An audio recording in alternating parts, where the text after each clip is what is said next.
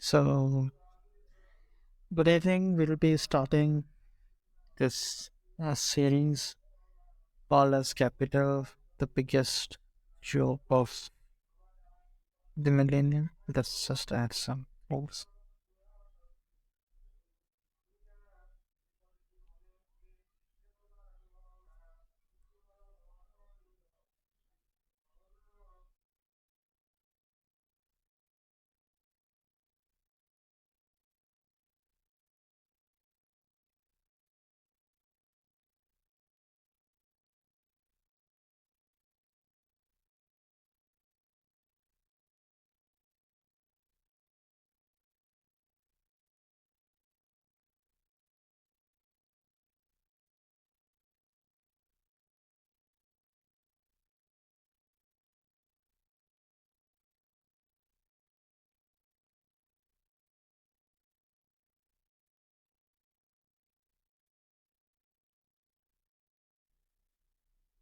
Okay, so we are going to read the Das Capital and we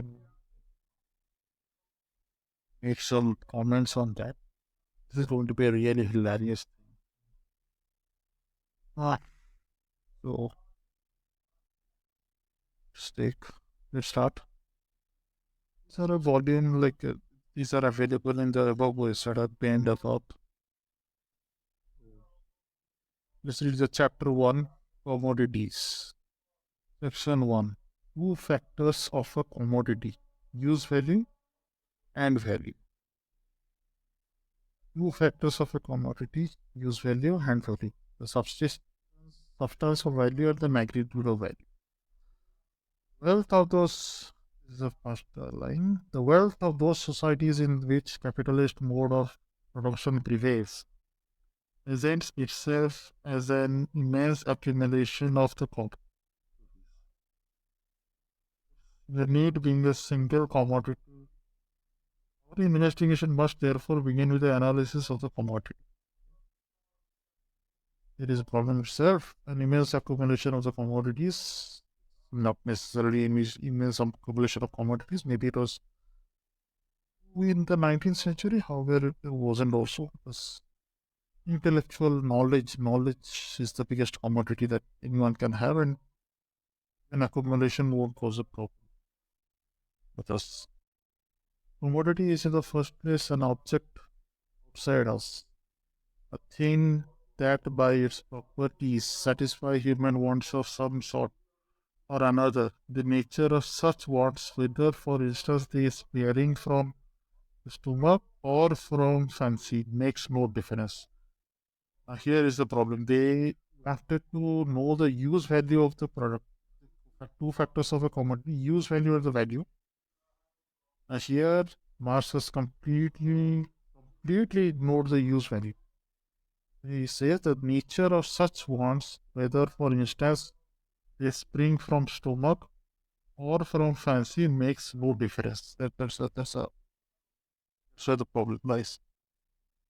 And not makes us statements like if the use value doesn't matter, then as there will be lots and lots of calculate problems in the calculation in general. We'll discuss later. Neither are do we concerned to know how the object satisfies these wants, whether directly as a means of subsistence or indirectly as a means of production. See again, the use value in the topic was use value, and they are completely like this ignoring this use value here. That it does not, they're saying that the use value does not matter. And okay, let me just give you an example. For example, somebody spent a lot of time and has made something, but you don't want it. What should be the price of that product? For you, it should be free. If he wants to give it free, and if you want, even if it's free, also you may not take it. So this is a very very useful thing. The use value of a product very important. There isn't the use value is completely ignored. Then of course we ignore the basic calculation, which leads to erroneous calculation. As we see massive destructions, mass scale, whenever the ideology of Marx is implemented to whatever degree. Yes,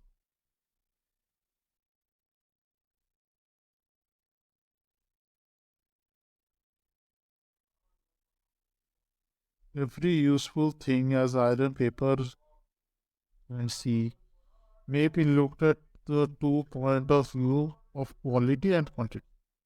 It is an assemblage of many properties and may therefore be used in various ways. Discover the various uses of things the work of history.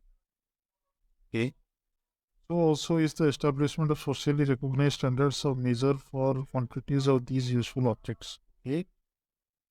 Diversity of these measures has its origin partly in the diverse nature of the objects to be measured and partly in convention. Here he is going against all his paragraph, like the previous parameter. Quality of the substance is measured socially. However, use value should not be like an important part of this calculation. The utility of a thing make it a use value. Utility is not a thing of air. Being limited by the physical properties of the commodity, it has no existence apart from that commodity. What the hell? Utility. Why is like he is explaining beautifully the utility. And in the conclusion, why is he ignoring that thing? God knows. Commodities such as iron, corn, or a diamond is therefore, so far as it is a material thing, a use value, something useful, this property of a commodity is independent. The amount of labor required to appropriate its useful qualities. Exactly. The commodity use values is something useful. The property of the commodity is independent of the amount of the labor. If somebody has created something after a lot of labor, its value won't matter to you if you have no use for it.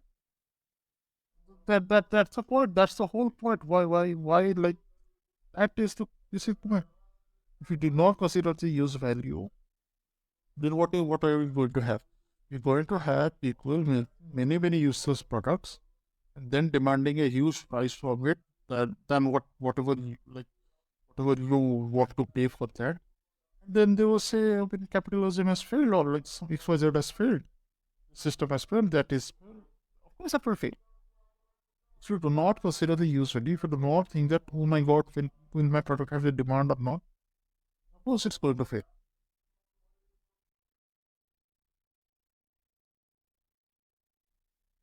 When treating the use value, we assume to be dealing with definite quantities, such as dozen of watches, yard of linen, tons of irons. No, like treating the use value, no, use value is completely dependent on demand. The quantization might be done by these quantities like dozen, yards, tons, or whatever metrics are used. Use values of commodities furnish the material for a special study, that of the commercial knowledge of the commodities. Exactly. Don't have the commercial knowledge of the commodities. How are you going to like know if your products will be sold or not in the future? Use values become a reality only by the use or consumption. Yes, they also constitute the substance of all wealth, whether it may be social form, the wealth in form of society we are about to consider. They are in addition the material depositories of exchange value. Use has been replaced by exchange value. He's trying to do that.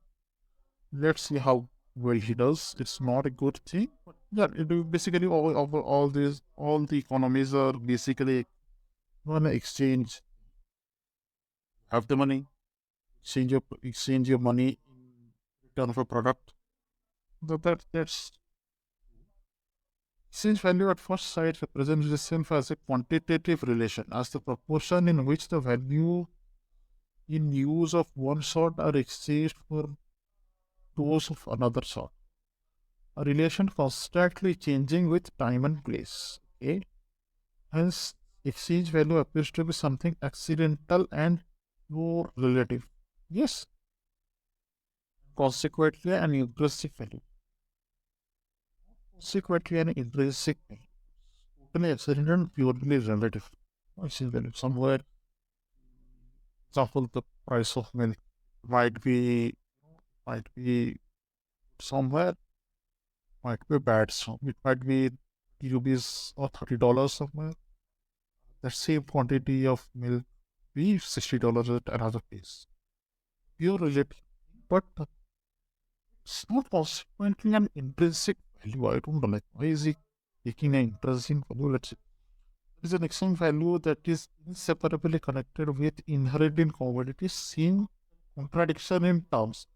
And of course, you'll find it contradiction because intrinsic value is like I don't know how, why would you put an intrinsic value? Maybe it's valuable for you because you created it, not necessarily to others. Intrinsic value is also a relative thing. You make something you think that it's a very valuable thing. Others may not. Somebody else might think it's a very valuable thing for them, and they will, they may demand it from you with a higher price than what you might be offering. The intrinsic value is also not like fixed as this person has assumed, and therefore like contradiction is appearing as he has said. Let us consider that now is giving an example. Even commodity example of water of wheat. Water I don't know, maybe it's a measure of wheat that kind is exchanged for X blacking, Y silk, or Z gold. In short, for other commodities in the most different proportion. Instead of one exchange value, the wheat has therefore a great meaning. In place of wheat had is their money, then it would have been better, but okay. Since X blacking, Y silk, or Z gold, etc., represents the exchange value of one quarter of it, selling Y silk, Z gold. X, Y, Z are the variables of quantity in the must be as exchange values. Okay, true. Be replaceable by each other or equal to each other. Yes, not necessarily always true because that's also related. Tomorrow, today it is X blacking, Y silk, or Z gold. Tomorrow it might be Z plus 2, Z plus 3, or Y plus 4, Y minus 4 sometimes. Anything like depends on how much amount of wheat is being produced at a single time, how much amount of gold is being produced at that same time. It will be varying. Must as exchanging values be replaceable by each other or equal to each other. Therefore, first, the valid exchange values of a given commodity expresses something equal. Yes, other problem. Valid exchange values of a commodity express something equal. It's absolutely not necessary. So someone may give two times that of silk the normal amount for the same uh, X amount of wheat. Suppose like he needs the wheat very urgently, but no, you said that no, that wheat will come. I mean, I have some reserve wheat, but the wheat which I am about to sell may come later. But he wants the wheat immediately. So what else? You say that you need that. Give me the reserve wheat which you have at twice the amount. Then you may say, okay, wheat reserve as in like for your own consumption. Said that this is the wheat which I use for my own consumption, not for selling. You will say that no, I will provide you the twice the amount of silk exchange of that wheat which you have reserved for your own consumption. So you may provide that. He said that the valid exchange with commodity expresses something equal is very, very false. I mean, we have not even completed the first piece and so many errors are there. Basic error is he has totally like he's considering Marx is considering everything to be equal. He labor quantized. It's not quantized like that. He thinks it is, but in reality it's not. That's why we see so many problems. Let's see. The secondary exchange value generally is only the mode of the expression, the phenomenal form of something contained in it, distinguishable from it. Okay. Let us take two commodities. The second part was correct. Let us take two commodities. Example, corn and iron. Proportions in which they are exchangeable, whatever these proportions may be, can always be represented by an equation. Not necessarily. That equation might also be, like mu naught and mu naught. One corn is equal to x weight of x cumulative weight of iron. Example. What does this equation tell us? It tells us that two different things. 1/4 of corn and x ton of iron, there exists in equal quantities thing or one for two. The two things must therefore be equal to a third, which is itself is neither the one nor the other. What is he trying to do? He's trying to, he's trying to destroy this confuse. So these things are very confusing. Just trying to confuse people that so that you get convinced that the use value is a useless thing. That the use value becomes useless and like doesn't matter to anyone. Putting so many confusing things. The two things must therefore be equal with her. A simple geometrical illustration will make it clear. He also agrees that that's confusing. In order to calculate and compare these areas of linear figures, we decompose them into triangles. But the area of triangle itself is explained by something totally different. Yes, true. But all of them can be, there are integrals by which you can measure all the things by the same formula, using integration formula. From its visible figure, namely by half the product of the base multiplied by the altitude. Yeah, that's the basic formula of triangle. The same way, exchange value commodities must be capable of being expressed in terms of something common to them all. Common thing is money, but I don't know why he hates money. Like we'll read something later. It's common something cannot be either a geometrical or chemical or any other natural property of commodities. Such properties claim our attention only in so far as the utilities of those commodities make them lose values. But the exchange of commodities is evidently an act characterized by a total abstraction from use value.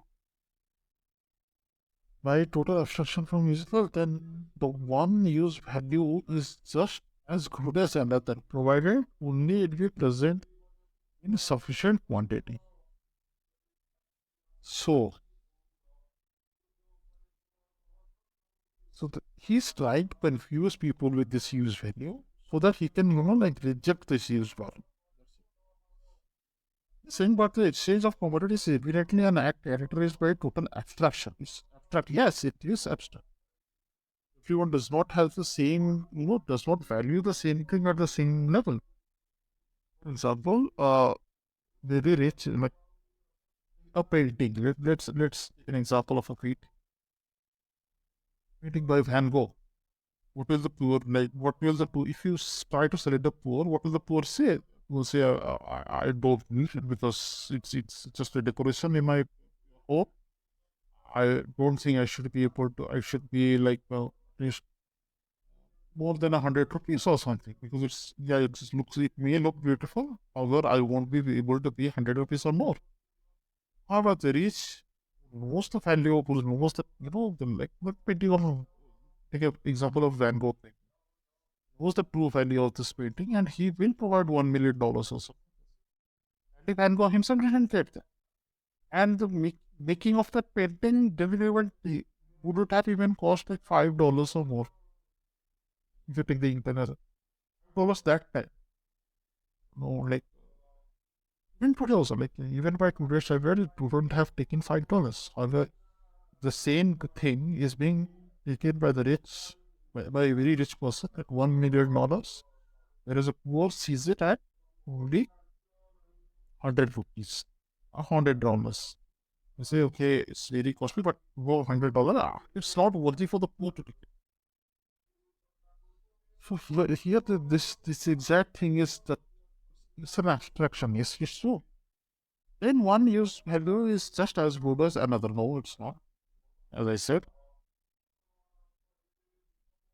So the us good old Bourbon says one sort of wares are as good as another. Values be there is no difference or distinction in things of equal value. And 100 pounds worth of lead or iron is as great value as 100 pounds worth of silver or gold. Oh my God. 1 pound, 1 pound of 100 pounds worth of iron is as great value as 100. No, it's not. Because 100 pounds of iron, its value will depreciate with time. That's what is not seen.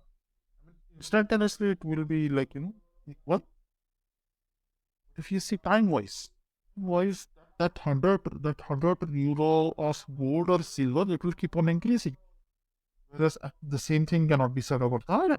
The iron is 100, he's purchasing the iron product for 100 rupees per $100 per kilo. Tomorrow it will be lesser. The value of iron will depreciate. But this is where see the total in like he's relying axioms. In fact, if you say, or axioms you can Google, these are axiomatic thing. The use value is an axiomatic thing, and he's on his best in his first chapter to completely remove um, use value of these commodities. So they are merely use values. Commodities are available of different quantities, but as exchange values, they are merely different and consequently do not contain an atom of use value. If then we leave out consideration the use value of commodities, they have only one property left, that of products of labor. Not even the product of labor itself has undergone a change in our hands. If we make abstractions from use value, we make abstraction at the same time from the material elements and slips make the product use value. We see it no longer a table, a house, a yarn, or any other useful. Existence as a natural thing is put out of self. Neither can it any longer be regarded as a product of labor or the designer, the nation, either or any definite kind of productive labor.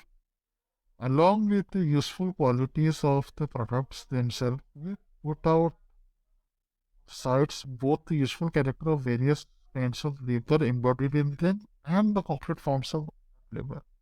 There is nothing at all left is common in all of them. All are reduced to one and same sort of labor. Again, is instead of acknowledging that without useful character, the labor wouldn't matter. He is then again the same thing. He's saying once we remove the useful character and the various classification of these labors, it all under the same sort of labor, the human labor in the abstract. Let's consider the residue of each of these products consists same unsubstantial reality in each, a mere congregation of opportunist human labor, of labor power expended without regard to the mode of its expenditure. All that these things now tell us that human labor power has been expended in their production. The human labor is embodied in them. Look at business of their social substance, or what are they are values.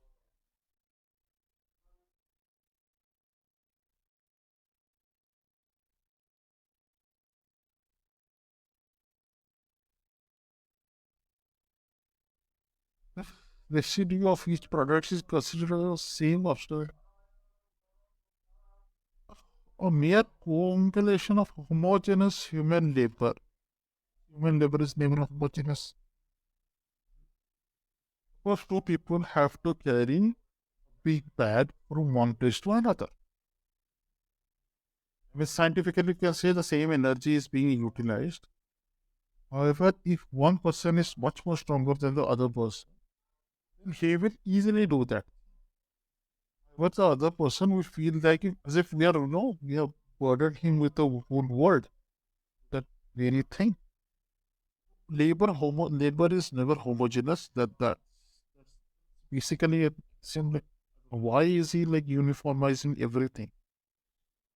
He has total like till now he has confused us with the use value, with all this equation regarding the use value.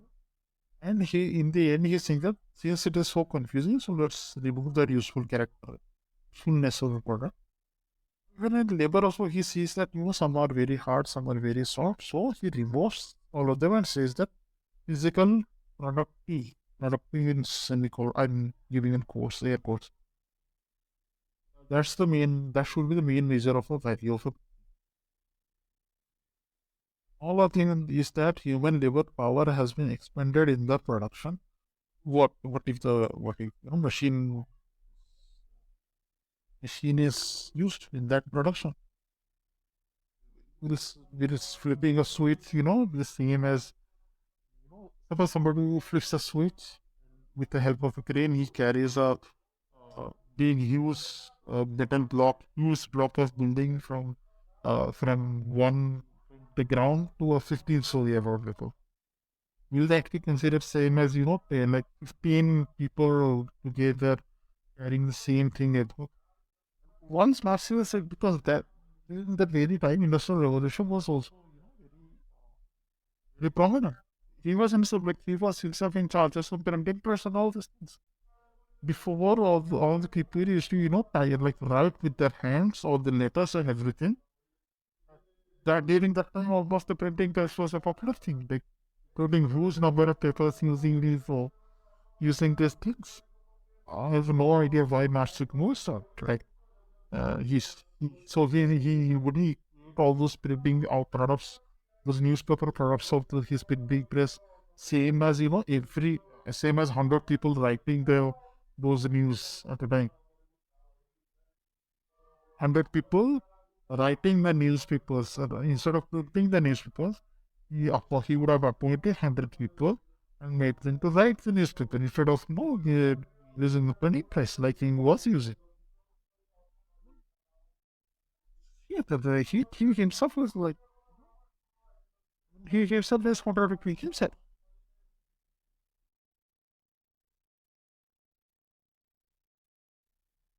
The progress of our investigation will show that exchange value is the only form in which the value commodities can manifest itself or be expressed. How he is not like he is not investigation, he's just like ignoring the use value. For the present, however, we have to consider the nature of value independently for of this which form. A use value or useful article therefore has value only because human labor. He has correlated use value with the human labor here itself. A use value or useful article therefore has value only because human labor in the abstract has embodied or materialized in it. That's absolutely hilarious. Like, suppose somebody finds, somebody finds something. Accidentally, he's just walking down a road, he finds a gold piece. He has done no labor for that, but however, he will take it and he will sell it without carrying the gold piece, even though he didn't spend any labor for that. Carrying, I don't think he will definitely say that carrying the gold from that road place to the shop to sell it is an act of labor. I don't think Master himself agree with that. But he has this correlated that use value only because of human labor. He has completely cut as the demand side. Like demand does not depend upon your labor. You may spend 1,000 hours producing something, and in the end, it won't have any value because it won't be demanded by people. So let's see next. Or use value or useful article therefore has value, maybe because human labor is gain. How then is the magnitude of this value be measured? So now he has related that use value is directly proportional to the human labor, which it is not. You person may like spend hundreds and hundreds of hours making these things, but in the end, it won't be useful much. There is a lot of background noise. I'm really sorry for that. I'll, when I upload it in YouTube, I'll try to remove this thing. So some people might think that if value of a commodity is determined by the quantity of labor spent on it, the more idle and unskillful the laborers, the more valuable would the commodity be. True. But that's true. If you're like removing the value, then a more ideal and unskillful laborer, he will take a lot of labor. It will take a lot and lot of his energy to produce that thing. And therefore, it will be a very valuable as per him, as per his own name. Because more time would be required in his production. Yes, exactly. The labor, however, that forms a substance of value is homogeneous human labor. Why? He's himself presenting his contradiction, that the problem with his own calculation he has presented in the first line. And in the second line itself, he's saying, no, it's homogeneous expenditure of one uniform labor power. There is nothing like an expenditure of one uniform labor power. This is ridiculous. He is contradicting himself again. The total labor power of society, which is embodied in the sum total of values of all commodities produced by the society, counts as one homogeneous mass of human labor power, composed though it be in innumerable individual units. Each of these units is the same as any other, so far as it has the character of average labor power of society and takes effects as such. That is, so far it requires for producing a commodity no more than it has needed on an average, no more than is socially necessary. The labor time socially necessary is that required to produce an article under the normal conditions of production with average degree of skills, intensity relevant at the time. I mean, what the hell is he saying? But what is he saying even? Like, he is saying he's ignoring again this second assumption is wrong, that all the labor are homogeneous. They are homogeneous of human labor compared because he knows there will be again a calculation mistake. Well, again complexity in calculation when he's considering the different types of labor. So he has homogenized all these labors into one homogeneous labor, which is again like he's breaking axioms after axioms. He's breaking axiomatic rules. If you break axiomatic rules, what do you think will happen in the future? You'll have nothing. All this miscalculation will happen, and there will be tragedy. I mean, tragedy will surely be there. But then socially necessary is that required to produce an article under the normal condition of production. Okay, he's assuming that there are ideal condition of productions. The person has an average degree of skill, intensity relevant at that time. Production of power looms into England probably reduced by one half the labor required to weave a given quantity of yarn. See, he is in industrial revolution, and he has seen the industrial revolution. The same thing, same power. When the power loom was introduced, the labor required was reduced to half for the same quantity of yarn we yielded. Handloom weavers, as a matter of fact, continued to require the same as before. Yes, true. But for all that, the product of 1 hour of their labor represented after the change only half an hour social labor and consequently fell to half of its former value. Exactly. Complaining here. When machines were introduced, value of the value like it decreased. Of course, it would reduce. There is no other way. The value because your labor required is less. So labor required less means overall resources required for production of those yarns also reduced. Of course, not to like the market will consider the cheaper value. You're going to suppose a poor person is they are not, let's say they always think that the consumer is a rich fat is a fat rich person. Who's poor is a let's take a poor person as a consumer. Where should we buy from? Should we buy from the handloom? Will we buy the same thing at half price, which is produced um, by the machine, power loom, the machines? Plus, he will choose the cheaper one. He's a poor person. Will we say that the poor person has no empathy towards his poor fellow brothers? No, might have.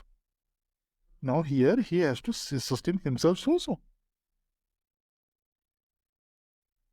He's contradicting himself. He's literally showing beautiful examples how complex all these things are. But he's saying that for our sake we'll remove all those complexity and just consider a uniform thing. See then that which determines the magnitude of the value. So any article is the amount of labor socially necessary or the labor time socially necessary for its production. Who knows what's socially necessary? If the person is very, very skilled and he's doing faster than the machine. Sometimes there are people who do some jobs very, very faster than machines also. Uh, there was this Indian woman, Shakuntala Devi, who calculated faster than the supercomputers of her time. Huge calculation that she was multiplying 13-digit numbers much, much faster than the computer. And in fact, the supercomputers got it wrong many times. She didn't. No idea why master does not consider that. Commodities, therefore, in which equal quantities of labor are embodied or which can be produced in the same time have the same value. Not necessary. What is equal quantities of labor? Value of one commodity is to the value of any other as the labor time necessary for the production of one is to necessary production of all others. Sources, the value of one commodity is to the value of any other the labor time necessary. Sources, overall resources should be seen, labor cannot be alone seen. Don't see the resources, then it will be a very big miscalculation will be there. As values, all commodities are only definite masses consumed in labor time. Value of a commodity would therefore remain constant if the labor time required for its production remains constant. The latter changes every variation in the productiveness of labor. Yes, of course. He's again correcting it. It's like he's like two people are talking with each other in his mind. Somebody is saying good thing, and this person is just saying that those good things are bad things. So let's remove those bad things. Just like assume a idealistic thing. Not even idealistic. Like he's assuming a totally different thing. Productiveness is determined by various circumstances, amongst others, by the average amount of skill of work, the state of science, and the degree of its practical application. Social organization of production, the extent and capabilities of means of production, and by physical connection. For example, same amount of labor in favorable season is embodied in 8 bushels of corn. Bushels is be something. He has given an example. And in unfavorable conditions, only 4. Okay, so the environment is also a factor. He is acknowledging that. Same labor extracts from rich mines more metal than from poor mines. Diamonds are very rare occurrences in Earth's surface and hence their discovery costs on average great deal of labor time. Consequently, much labor is represented in a small compass. Jacob doubts whether gold has been paid for at its full value. It is a doubt that it will be paid by the value that is determined by the purchaser, by the consumer. It has always been paid by the full value. You can't say it. Of that instant. According to Eswes, total produce of the Brazilian diamond mines from 80 years ending in 1823 not realized the price of 1.5 years average produce of the sugar and coffee plantation of the same country. Because the condition might be different for that country. Why? Though the diamond cost much more cheaper and therefore represented more value, richer mines, the same quantity of labor would embody itself more diamonds. They are valued full, not necessarily. Again, the demand is the main thing. He's saying that same labor produced a half inch. So, sorry, so the same labor, if it produces more thing, why shouldn't the value fall? Because the demand also keeps the demand is also increasing. As people see, that time, the people were getting mesmerized with this diamond thing. When they saw, when they saw others purchasing diamonds, like it's suppose I sell one diamond, and then the next day to one person today. Next day, five people will come for the same quantity of diamond that I have. Suppose I have opened a shop, I have 10 diamonds to sell. I sold two diamonds today because only two customers came to me. Or after seeing those two diamonds, the relatives of those customers, like suppose example, let's say five members for each, 10 people will come again to me, demand my eight diamonds. Some of them will demand like give me two diamonds. I want to gift my if I want to gift my I mean son, my children, or my boss, like my another friend, that those 10 people may come and they will say that they want more. What would I do that time? I would increase my, even though like the same amount of amount was there, I have to increase my cost. I will give them as per whoever pays me the highest price. Don't give it that. Will there be? It will be first come, first take. There will be scarcity. Maybe some person may, find it useful later. I mean, he may be deprived of that. This is not a good example I give, but this is a basic example. Richer manage the same quantity of labor. Okay, if we could succeed at a small expenditure of labor in converting carbon into diamonds, their value might fall below that of bricks. Yeah. I think it's currently been done.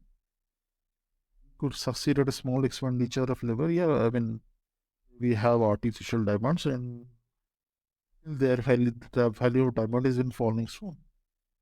In general, the greater the productiveness of the labor, the lesser the labor time required for the production of an article, the less amount of labor crystallized. But at the same time, I mean, yes, he is only showing the supply side, I mean, the production side of the thing, but not the demand side. The demand is also increasing exponentially. Diamonds. The greater is the labor time required for the production of an article, and the greater is its value. The value of a commodity therefore varies directly as the quantity and inversely as the productiveness of the labor incorporated in it. But this is the value which you think.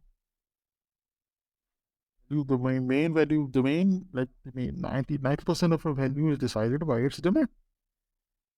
You may make something wonderful, but if no one purchases it, it will be useless. And you won't get the money for that. No matter how much, right? How much you demand for it. Thing can be a use value without having value. This is the case wherever it is utility to man, not due to labor, such as AN, virgin soil, natural metals. Thing can be useful in the product of human labor without being a commodity. Water, soil, they are useful. Pure water, pure good quality soil, natural metals, they aren't, no, they aren't cheap today. Today they also have value. They are also being considered as commodity, which he thought that would never happen, but it is happening and it's a good thing. Because by that only we get better quality of water today. Like his time when like anybody was drinking water and he used to, like, there were cholera, jaundice, diarrhea, all this were very relevant then. Once you have those diseases, you die. You definitely like that. Whoever directly satisfies his labors with the produce of his own labor creates indeed use values, not commodities. No. Okay. Yeah, see, he's saying that since all these things have use values, since no labor was involved, so it's not a commodity. That's false saying. Depends like how you derive those resources, how you got to the good air or soil or good water. Not only for others to get more, the medieval peasants produced trained corn for his feudal lord, hay corn for his person. But neither the wheat trade corn nor the stubborn became commodities by reason of the fact that they had been used for others. Ah, what? Become a commodity, a product must be transferred to another whom it will serve as a use value of an exchange. So, why did the medieval peasant work so hard to make all these things? He would have said, I won't work. Bye. Just moved out of the town. Had those people done that day during that time, maybe our world would be different today. They would have just gone and, formed some, like, way people are forming voluntary farm communities. Had they done that during that time, many of these things would have solved. They didn't. They preferred to live under the like slavery of those feudal lord, to like producing thing and not getting anything returned. I don't know why they were like that. That's why these feudal lords fell actually, because initially maybe the peasants were very very submissive and all those things. But later on, there was a limit. They said that our labor isn't bearing any fruit to us, so we will not work for you anymore. Feudalism failed. Lastly, nothing can be of value, have value without being an object of utility. If the thing is useless, so is the labor contained in it. Oh, wow, thank God. The labor does not count as labor, therefore creates no value. That's true. That's true. That's absolutely true. Let's finish this. The thing cannot have value without the object having a utility. If it does not have any utility, it's a useless thing. He has summarized it, but I don't know. Like in second thing again, the second he again ignores all this basic science. So that was it for today. So we have Vishnu भाई. Hello. नमस्कार। नमस्कार नमस्कार.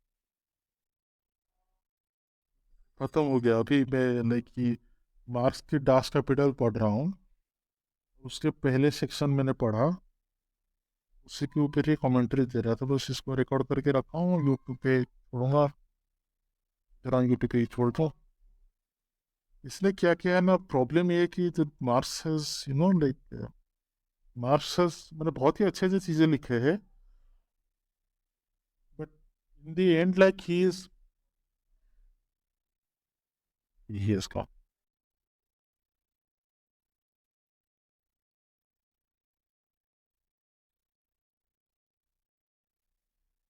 Yes. Lastly, nothing can have value. Nothing can have value without being an object of utility. That's that's this entire summary. I don't know why he was going on so and so. ये लोग ये क्यों नहीं पढ़ते? Without utility, nothing can have. Even though labor is increased in debt, therefore it creates no value. Thank God. I mean, at least like people ignore this last statement. I think. In the next chapter again, next section we'll read twofold character of labor embodied in commodities. That he again ignores the quality of labor. He again ignores the useful utility of that product. He ignores everything again and just says the same thing again. And yeah, if you like this video, then subscribe to my channel. Next time, I'll read the next section, the commentary again.